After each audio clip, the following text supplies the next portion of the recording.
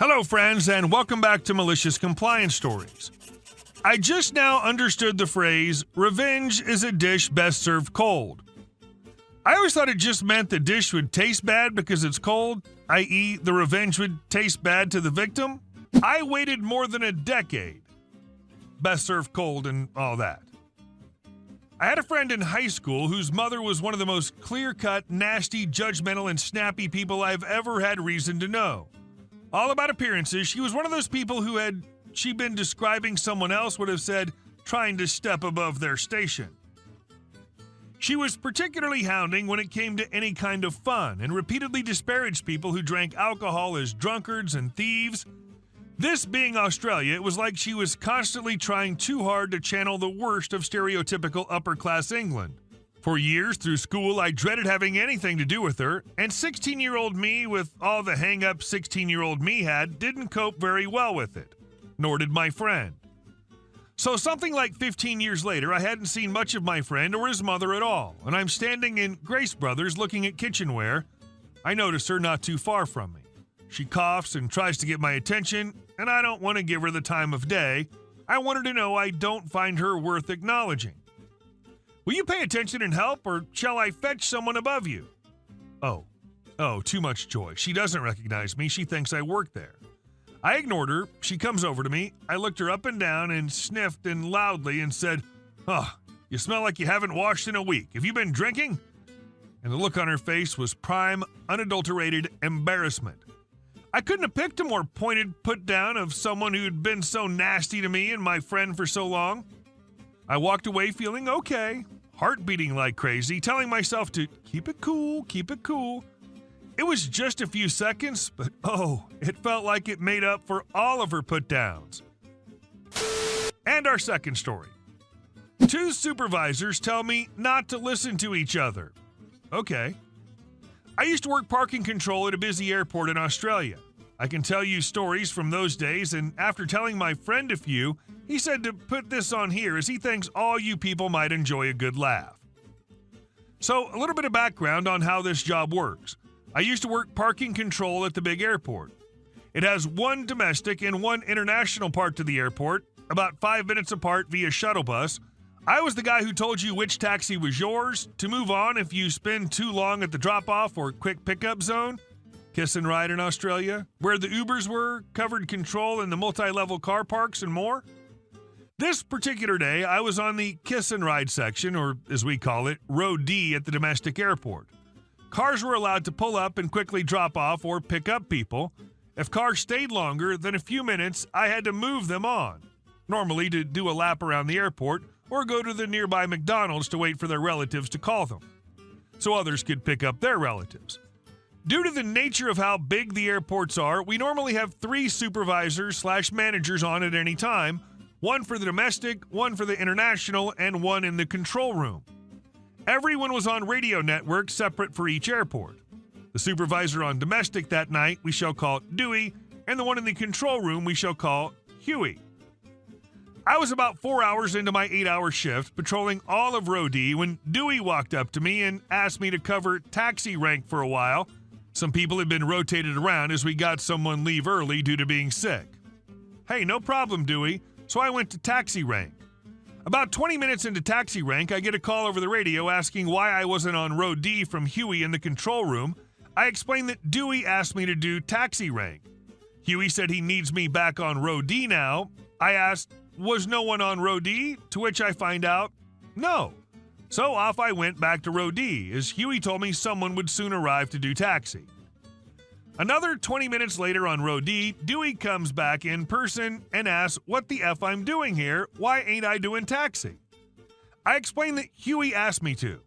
Dewey told me not to listen to Huey, he's in charge on the ground at domestic, so I do what he says. I hesitated a little, but did as I was told, back to taxi I went. Now I look back on things, I think at this point Dewey's radio was down, low battery.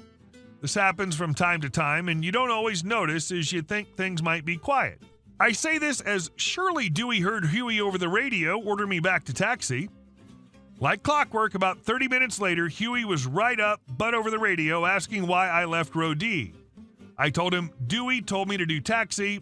I was cut off when Huey told me not to listen to what Dewey said. He was in charge, and if I don't listen to Huey, I'd be written up. If I mention another word about Dewey or the taxi rank, I'd be written up. Okay, so back to row D I went again. By now, I'd only had about an hour and a half left on my shift, and I was looking forward to coming home after this day. Again, Dewey found me on row D and demanded to know why I wouldn't follow his orders and wasn't at taxi rank. He said Josh, not real name, was there, and it was supposed to be me on taxi, so he came to find me. I tried to explain what Huey told me, but upon hearing Huey's name, Dewey was having none of it. He told me to go to taxi and not leave it again till the end of my shift or I'd be fired. Figuring a write-up isn't as bad as losing my job, I complied with Dewey and went back to taxi. Again. And yep, you guessed it. Only took Huey another 30 minutes to get on the radio and scream and threaten me for disobeying his orders. I have to get over to row D right now or I won't need to worry about a write-up. I thought to myself, screw this. Both supervisors are having it out with each other and I'm the punching bag in the middle they're taking their anger out on. Both Huey and Dewey told me not to listen to the other. You got it. So I went to the airport food court and had myself a feed for my last hour of work before heading home. Yep, stuck out of work and clocked off without either of those dumb ducks finding me. Was not in the mood for that. Turned my phone off as well, as I'm not supposed to listen to orders from the other, right? When I got in the next day, the manager was waiting for me with a smug Dewey standing next to him. Manager, Dewey, and I all shuffled into manager's office. The manager proceeded to ask me what the hell I was thinking using the last hour of my shift to have a dinner break. I asked him, did he see the camera footage of me in the food court? Manager said yes, and again asked why. I told him both Huey and Dewey kept telling me to go to different locations last night, and if I didn't do what they told me, I'd be fired. I told the manager Dewey wanted me on taxi, while Huey wanted me on row D. The manager looked puzzled for a second. He asked me if I was supposed to be at either taxi or row D. Why was I in the food court? I told him in more detail this time because Huey threatened to fire me if I didn't ignore Dewey, and Dewey would have my job if I didn't ignore Huey. So I did what I was told and ignored them both. Dewey cried foul, saying I was lying. The manager asked Dewey to step out of the office. Dewey only did so after much protest. The manager asked me to tell him the full story, which I did. He then told me to have the rest of the day off. Sweet long weekend for me. As it was Friday, when I got back to work on Tuesday, I found both Huey and Dewey were no longer employed at the airport. My friend Josh filled me in that both Huey and Dewey chucked a huge tantrum in protest of my allegations, the manager telling them that the security footage of me constantly moving locations and testimony from other employees convinced him I was telling the truth. Josh was in the break room near the manager's office and heard the whole thing go down before seeing Dewey storm out of the building, followed by Huey, who looked defeated.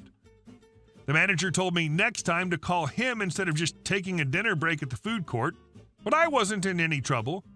Wish I could say the supervisors that replaced Huey and Dewey were better, but that might be a story for another time. Side note, Dewey's radio could have been out of battery, or he kept it turned off on purpose as to not hear Huey in his ear. Both Huey and Dewey had been at odds with each other for a few weeks over something, can't remember what. Either way, his radio wasn't on. They got fired for it in the end, so I'm not complaining. And our last story. Turn your water on? I'll make sure you can't do that again. So I work as a water operator for a small municipality. I have 1,500 water taps to homes and businesses and roughly 5,000 people that get water from my system. I've done my job for 3 years, and if you ask any water operator, they will have a story just like this or worse. So it all starts with our customer. Let's call him DL. It was winter 2015, and DL's service line going to his house goes under a state road. Frost goes much deeper on uncovered areas, especially roads. DL's line freezes. So DL calls us, and we come to thaw the line. This was probably our 5th customer of the year to have this happen. We tell him to run water, and we take his metering device off so he can run it and not worry about overage. Cut to 3 days later. 3 days later, DL calls me to say his water froze again. I ask if he was running water, already knowing the answer. He says he has. Last I checked, running water will never ever freeze unless it's ungodly cold, but DL claims it has. Okay, we thaw it again, and this time it sticks. So we talk to DL and decide to put a new tap and pit in for him on a street above him, $1,500 for free.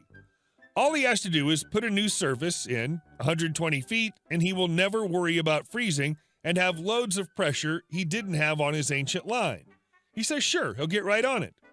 We put the new stuff in for DL in May and watch his place till mid-August, and we see that he's not put in his new line. So I give our solicitor a call to see if we can get things rolling. Solicitor writes up an unofficial notice saying DL has until the end of September to put his line in. I guess DL didn't like this, because he comes to a monthly meeting our company has, open to the public, to dispute his line being shut off. His reasoning is that he pays for his water, it can't be shut off. Well, it can be when you agree to put new stuff in and also get a $1,500 tap for free. DL's case wasn't helped when he came to the meeting drunk as a skunk and carrying a gun on his hip. He was shut down and kicked out, and it felt great. So our board gives DL until October 31st to get his line in. He gets an official notice by registered mail. You have to sign for it or else it comes back to us, saying he has until November 1st to put his line in or the water will be shut off. The big day comes and no new line is put in.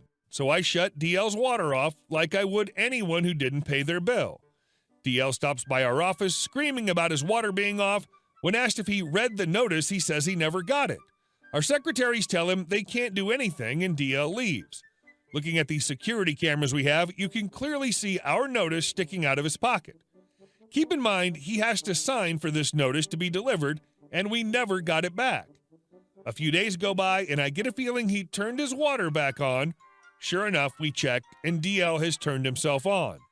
I upgrade and use a lockout tool. Basically, it's two plastic plates with rubber in the middle.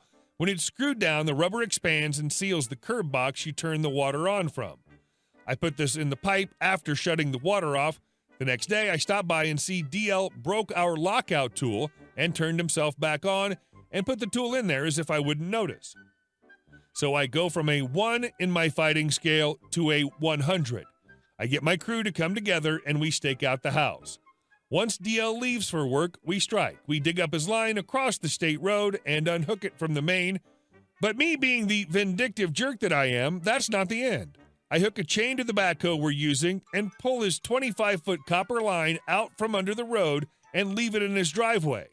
I go to our district courthouse and also have him fined almost $300 for turning himself on illegally and rendering a theft of service against him. Hey guys, thank you all for watching the video. I'll see you in the next one.